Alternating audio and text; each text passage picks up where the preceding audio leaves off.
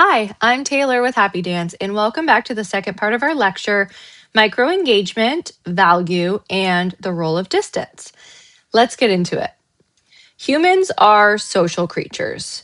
We seek feedback, we seek connection.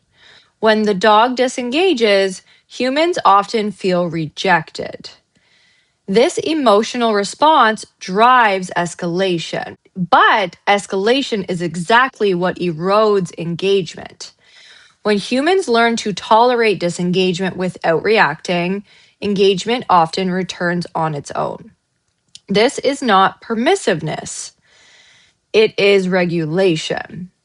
This is the foundation of micro engagement. And this foundation must be in place before we talk about distance, proximity, and movement. To understand engagement fully, we must talk about distance. Distance is one of the most misunderstood variables in dog training. Many people believe that closeness creates connection. They assume that keeping a dog physically close increases engagement. Neurologically, this is often false. Proximity does not equal engagement. In many cases, enforced closeness actively reduces engagement. Distance is information. For the nervous system, space communicates safety, control, and predictability. When a dog is allowed appropriate distance from stimulation, the nervous system gains room to process. Processing reduces arousal. Reduced arousal restores capacity. Capacity allows orientation. This is why engagement often improves when distance is increased.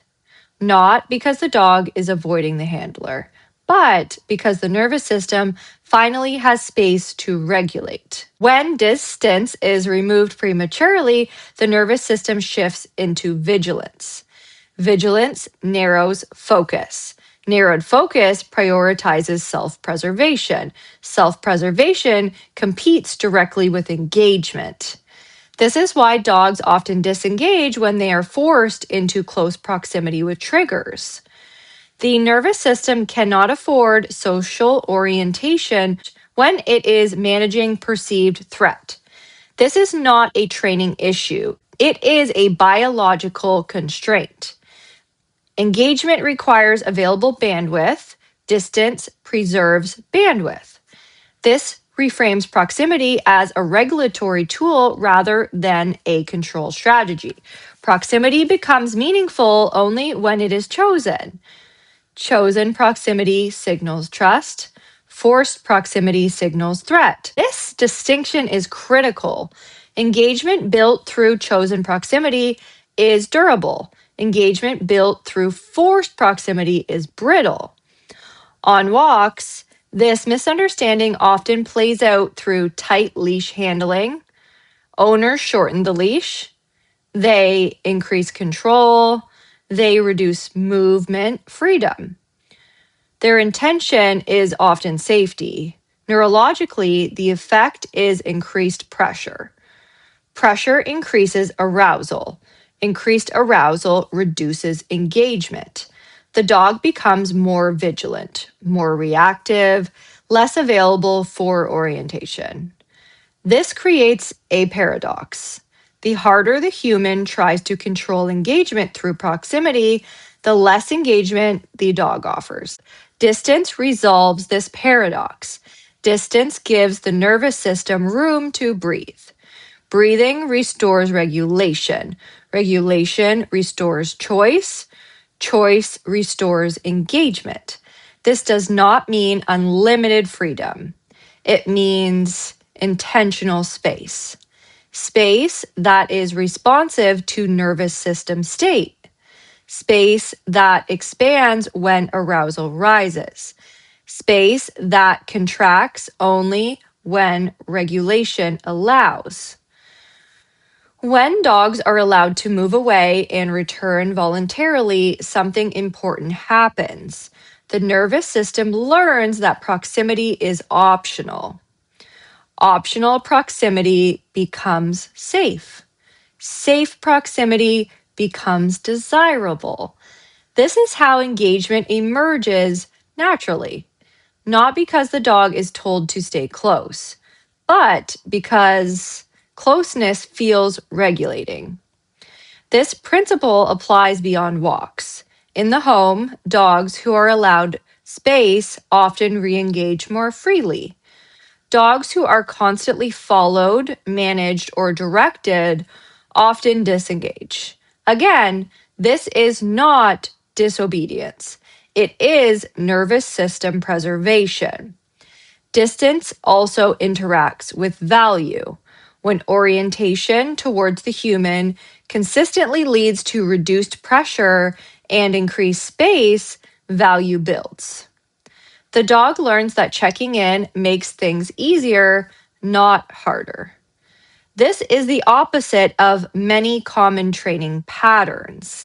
In pressure based systems, orientation often leads to more demand, more cues, more control, more expectation. Over time, the dog learns that engagement is costly. They stop offering it. In value based systems, orientation leads to relief. Relief reinforces orientation, not through reward, through nervous system safety.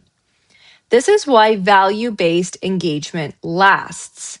It is not dependent on constant reinforcement. It is dependent on consistent emotional outcomes. Engagement without pressure also requires the human to manage their own nervous system. This cannot be overstated. Dogs are exquisitely sensitive to human tension. Urgency travels through the posture. Frustration travels through breath. Anxiety travels through movement. Dogs do not need words to perceive this. When the human nervous system is escalated, the dog's nervous system responds accordingly. This is why engagement often breaks down when humans are stressed. Not because the dog is failing, but because the nervous system is responding to instability. When humans regulate themselves, dogs gain capacity. This is not about being perfectly calm. It is about being predictable. Predictability is one of the strongest regulators of nervous system safety. Consistent pace, consistent tone, consistent responses. These reduce the dog's need to monitor the human. Reduced monitoring frees bandwidth. Bandwidth allows orientation. This is why engagement improves when humans stop trying to manage every moment. Management creates noise. Noise creates load. Load eliminates engagement. Engagement without pressure requires restraint. Restraint from cueing, restraint from correcting, restraint from filling silence. This restraint is not passive, it is intentional. It is a choice to prioritize nervous system safety over immediate behavior. This is often uncomfortable for humans. Humans are taught that good training looks active, directive, visible. But engagement is built in what is not done, in what is withheld, in the pressure that is not applied. This does not mean dogs are left without guidance. It means guidance is delivered through structure rather than command, through movement rather than instruction, through predictability rather than control. When the shift occurs, engagement changes qualitatively. It becomes softer, more consistent, more resilient. Dogs begin offering orientation not because they are told to, but because it helps them regulate. This is the ultimate goal of engagement without pressure. Engagement becomes a coping strategy, a way for the dog to organize themselves emotionally. This kind of engagement does not disappear under stress because it is not dependent on performance. It is dependent on safety. When engagement is built this way, it supports everything else. Obedience becomes easier, reactivity decreases, connection deepens. Not because the dog has been controlled more, but because the dog has been trusted. That's a wrap for our lecture. Be sure to check out our online workshop, Engagement Without Pressure. Thank you.